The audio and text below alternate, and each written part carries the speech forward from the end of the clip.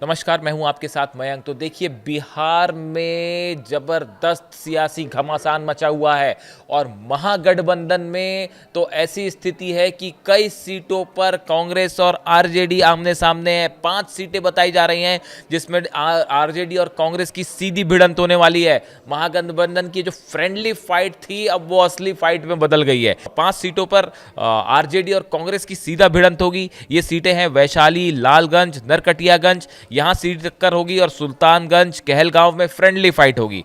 देखिए, वैशाली में अजय कुशवाहा आरजेडी उम्मीदवार हैं, ई संजीव सिंह कांग्रेस उम्मीदवार हैं। लालगंज में शिवानी शुक्ला आरजेडी उम्मीदवार हैं, आदित्य कुमार राजा जो है वो कांग्रेस उम्मीदवार हैं। सुल्तानगंज में चंदन सिन्हा आरजेडी उम्मीदवार हैं, जबकि ललन सिंह कांग्रेस उम्मीदवार हैं। कहलगांव में रजनीश भारती आरजेडी से, प्रवीण सिंह कुशवाहा कांग्रेस से। नरकटियागंज में दीपक यादव आरजेडी से और शाश्वत केदार पांडे कांग्रेस से हैं।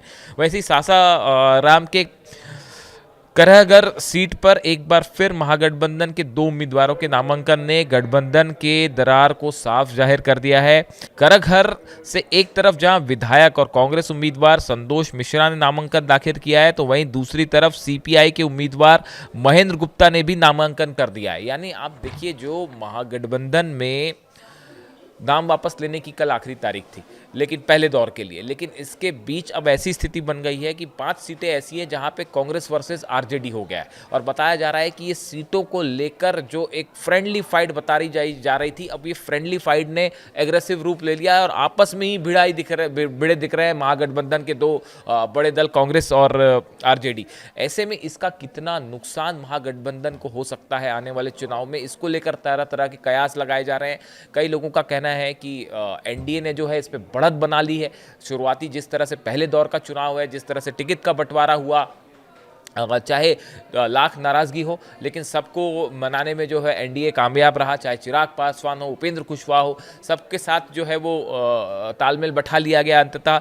जबकि आरजेडी और कांग्रेस के बीच अब भी सब कुछ ठीक नहीं है और विवाद की स्थिति बनी हुई है। क्या इसका बड़ा चुनाव महागठबंधन को देखने मिलेगा? इस तरह की भी खबरें आई कि राहुल गांधी और तेजस्वी एक दूसरे से नाराज हैं, दोनों के बीच में बात नहीं हो पा रही है। इस तरह की भी बातें सामने आई। क्या वाकई ऐसा है? इसको लेके कोई पुख्ता जानकारी नहीं है, लेकिन तरह तरह के सियासी कयास लगाए जा रहे हैं कि राहुल जो है वो तेजस्वी से नाराज चल रहे हैं।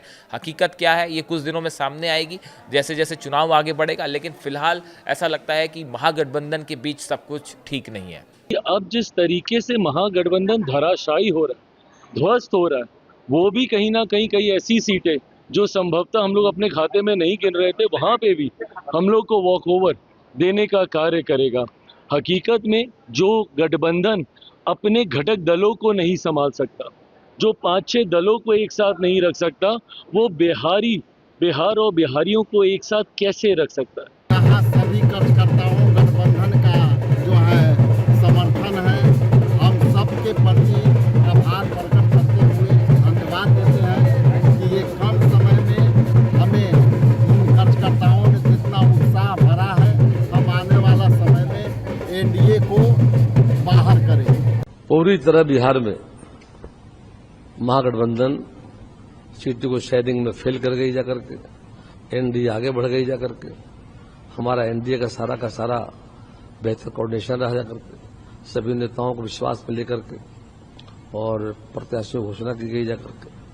लेकिन जैसा दिख रहा है समाचार पत्रों के माध्यम जाकर के कि पूरी तरह से जो महागठबंधन है वो ध्वस्त हो चुका है।